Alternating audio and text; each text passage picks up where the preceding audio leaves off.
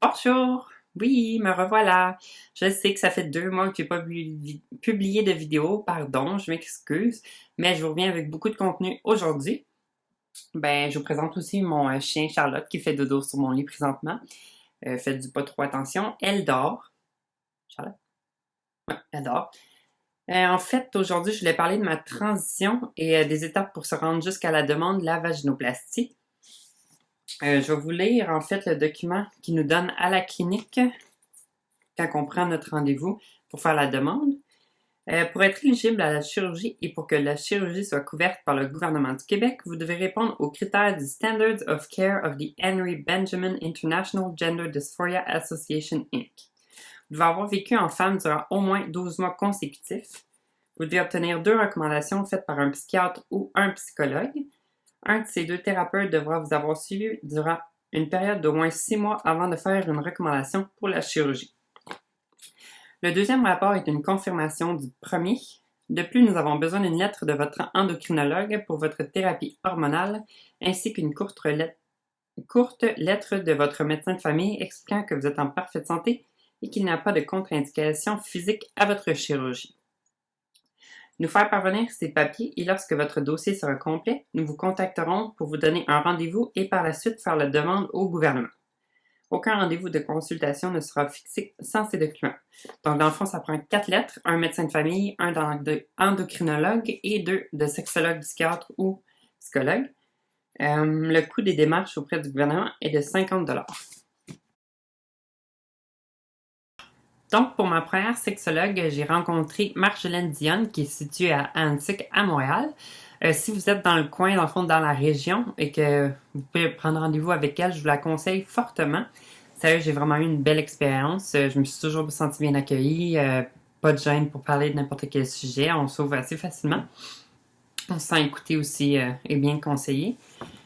Pour vous le dire, en fait, on parle vraiment de tout avec elle. Je sais pas, j'ai pas vraiment rencontré beaucoup d'autres psychologues ou sexologues par rapport à ça. On a parlé de général la vie, dans le fond, le travail, les études, les sentiments, les relations amoureuses, les relations sexuelles, le trouble du genre, et pourquoi sentir transsexuel et tout. C'est sûr qu'il faut en venir au sujet. Dans le fond, parler de ça, de la chirurgie, de ces choses-là, mais c'est pas seulement sur ce sujet-là.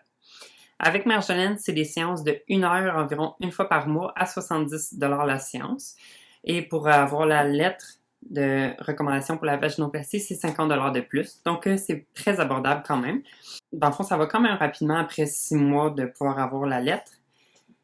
Je vais vous montrer un peu dans le fond c'est quoi la lettre, un résumé de ce qui est indiqué pour que vous compreniez un peu ce que ça prend ainsi que de quoi qu'on parle avec la sexologue. Donc, au début, c'est vraiment l'identité du patient.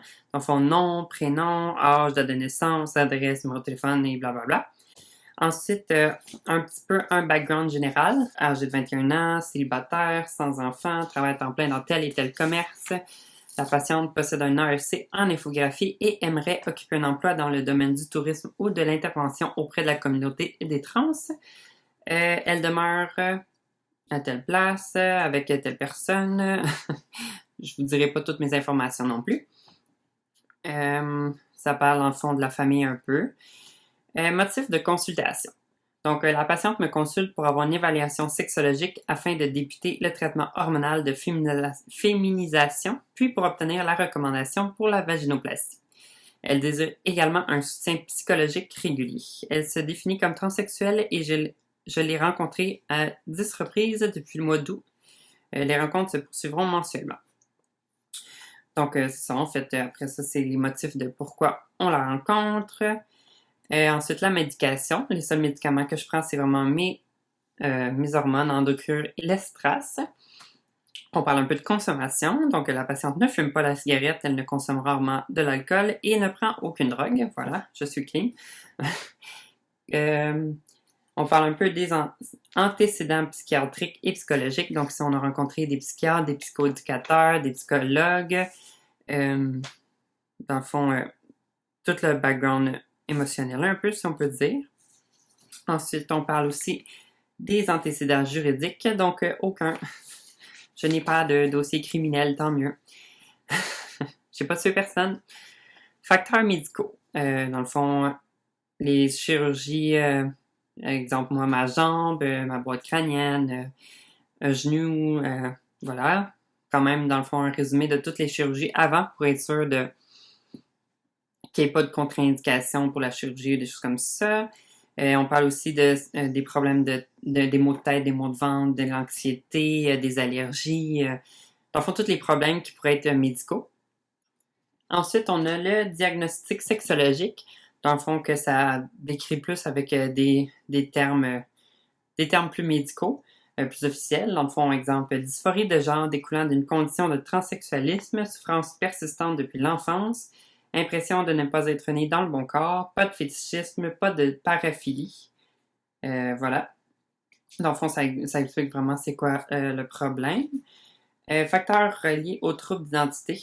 Donc, depuis qu'elle est enfant, la patiente se sent femme. Elle présente peu de sentiments d'appartenance envers les garçons. Vers l'âge de 4 ans, elle a dit à sa mère qu'elle désirait être une fille. Elle porte des vêtements féminins depuis l'âge de 2 ans. Elle s'habille 100% femme depuis 2013. C'est vraiment le background relié avec la transition. En fond, où est-ce qu'on est rendu? Quand est-ce qu'on a commencé? Est-ce qu'il y avait des signes depuis la jeunesse, des choses comme ça?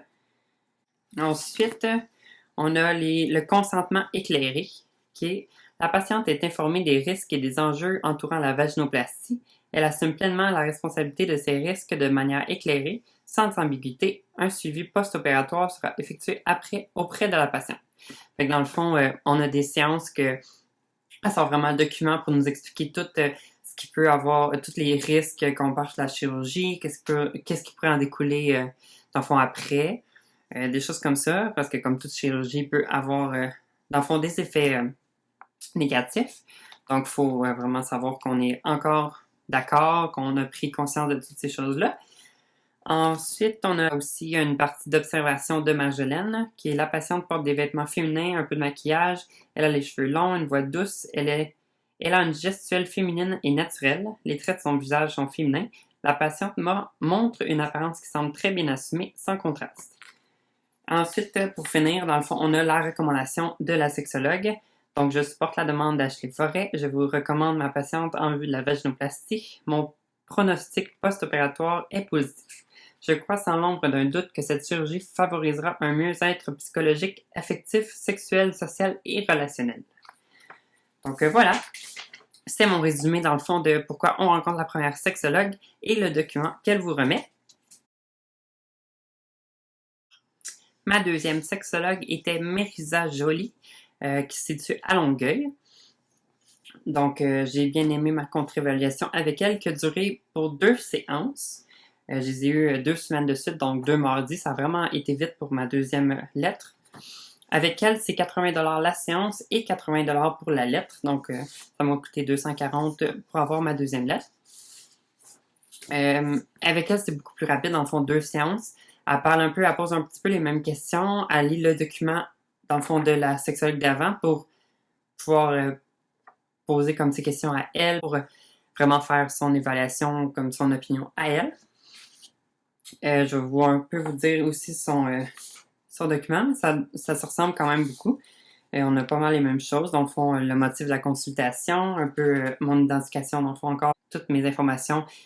La médication, la consommation de drogue et d'alcool, encore les antécédents psychiatriques, les facteurs médicaux, le diagnostic sexologique et les facteurs reliés aux troubles d'identité. Donc, à partir de son enfance et jusqu'à 18-19 ans, Ashley s'habillait en fille en cachette à chaque fois qu'elle se retrouvait seule. Bien qu'elle ait dit à sa mère qu'elle était une fille à partir de son enfance, elle a fait son coming out officiel en 2010 et depuis ce temps, tout son entourage est informé. Toutefois, c'est à partir de 2013 qu'Ashley a choisi de vivre sa vie à plein temps en tant que femme. Donc, c'est pour confirmer, mais avec comme l'opinion de quelqu'un d'autre. Honnêtement, sont vraiment intéressantes à lire. Dans le fond, c'est toutes les affaires que nous, on dit, mais on procède pas toujours l'information exactement comme ça. Donc, quand tu lis ça, ça t'en apprend sur toi-même. Donc, voilà, c'était ça pour mes 2 sexologues. Je vais mettre les liens dans le fond des 2 en bas. Je conseille vraiment si vous êtes dans les environs, de prendre rendez-vous avec eux. Mais si vous avez d'autres ressources, c'est toujours bien aussi. Mais moi, j'ai vraiment pas rien de négatif à dire sur elle. Donc, pour les deux derniers spécialistes, c'est le médecin de famille. Moi, j'en ai pas vraiment attitré à moi, donc je me présente, je prends des rendez-vous à l'unité de médecine familiale du centre hospitalier Anne-à-la-Berge, qui se situe à Châteauguay sur la Rive-Sud. Par contre, si vous avez déjà votre médecin de famille, juste prendre rendez-vous avec lui. Sa lettre à lui, c'est seulement pour confirmer qu'on est bien en santé et qu'il n'y a pas de contre-indication avec la vaginoplastie. C'est une petite lettre courte, je ne peux pas vous la montrer, je n'ai plus ces deux-là. Ensuite, le dernier spécialiste, c'est l'endocrinologue. Moi, je fais affaire avec M. Brossard qui se situe à Montréal. Dans le fond, la première fois qu'on le rencontre, après avoir vu la première psychologue, il nous prescrit les hormones pour commencer l'hormonothérapie. Ensuite, on prend un deuxième rendez-vous environ 4 mois après pour une évaluation avec des prises de sang. C'est là qu'on peut demander la lettre pour la vaginoplastie, car on doit avoir commencé l'hormonothérapie pour faire la demande. C'est un critère d'admission. Sa lettre à lui, dans le fond, c'est seulement pour clarifier qu'on a commencé la thérapie avec les hormones. Dans le fond, les deux derniers spécialistes, c'est vraiment deux petites lettres courtes. Par contre, je ne peux pas vous les montrer présentement.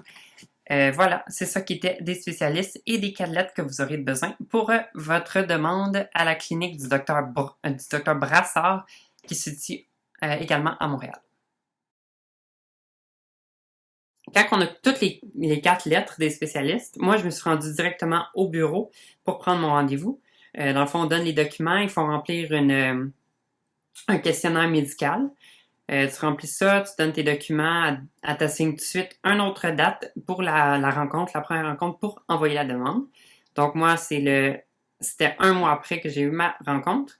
Donc tu retournes à la clinique, tu rencontres, dans le fond, les docteurs, c'est Maude Bélanger et Pierre Brassard, les 2 chirurgiens. Dans le fond, quand ils font l'opération, ils sont 2. Quand tu rentres là, dans le fond, moi j'ai rencontré Maude Bélanger. Elle m'a juste demandé si j'avais des questions, si j'avais des craintes, des choses comme ça, qu'est-ce que je voulais savoir. Dans le fond, toutes les questions qui restent à résoudre, dans le fond, c'est là qu'on a le temps de les poser. J'ai appris que la chirurgie était d'environ 2 heures.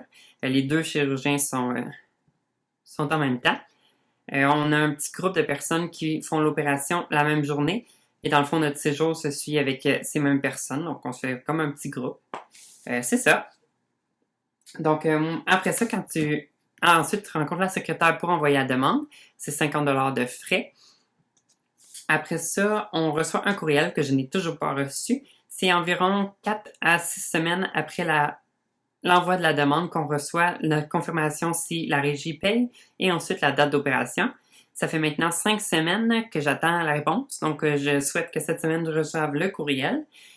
Je vais vous donner des nouvelles plus tard. Après ça, quand on reçoit notre date, c'est environ 4-5 mois après. Donc, ça vient assez rapidement dès qu'on fait la demande. Je suis toute excitée pour ça. Voilà, c'était ça mon sujet aujourd'hui.